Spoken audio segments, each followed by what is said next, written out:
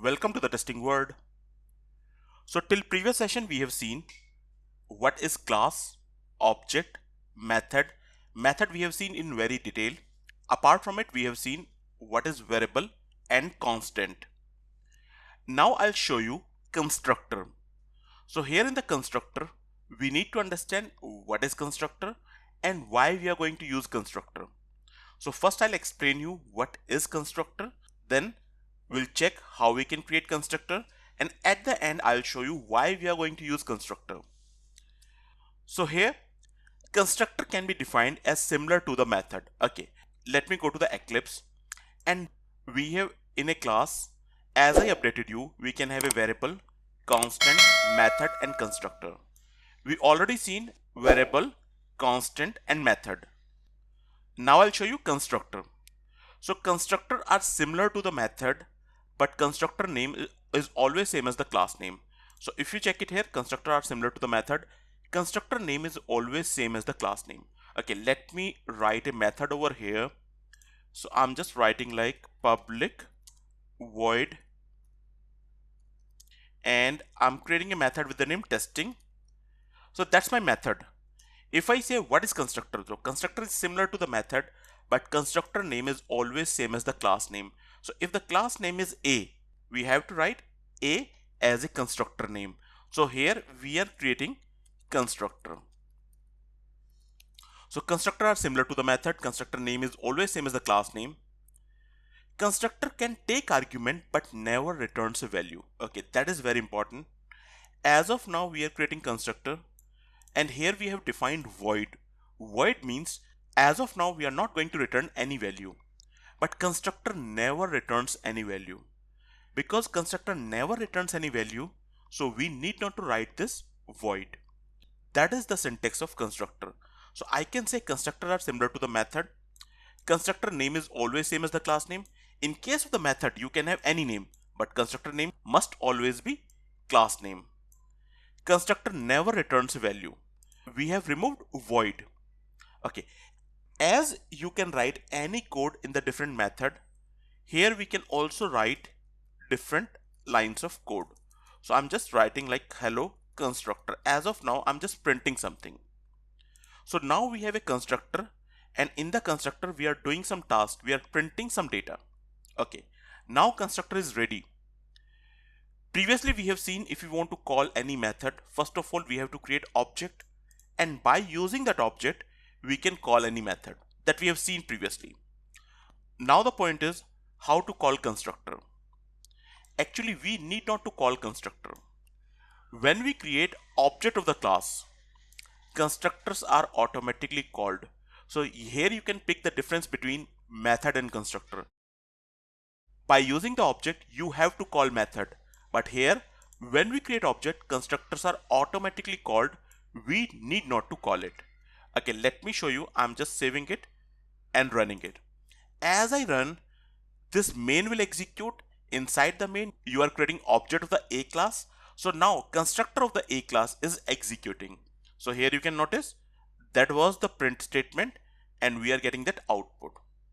So now I can say constructors are similar to the method. Yes, we have seen it's almost similar to the method.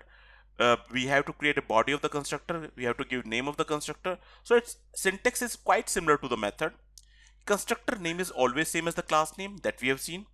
Constructor can take argument, that I'll show you, but it never returns a value, that we have seen. Like we have removed void in the constructor syntax. Last point, constructors are automatically called when we create object of the class. That also we have seen here. We just created object of the class A. Constructor of that class is executed. So that's basics about constructor. Okay, one thing which is pending. As of now we have seen constructor never return a value, so we have just removed void from here. But your method can take argument. Can we pass argument to the constructor? Answer is yes. How? Okay, I just mentioned this constructor is going to take two input argument. So I just mentioned like int A, int B. This constructor is going to sum these values and print it. So previously for sum two values, I have written a method, but now I'm writing a constructor. Now we have created a constructor which is taking argument. It could be one argument or any number of arguments, as we do in methods. Now I'm going to the class B here inside the main.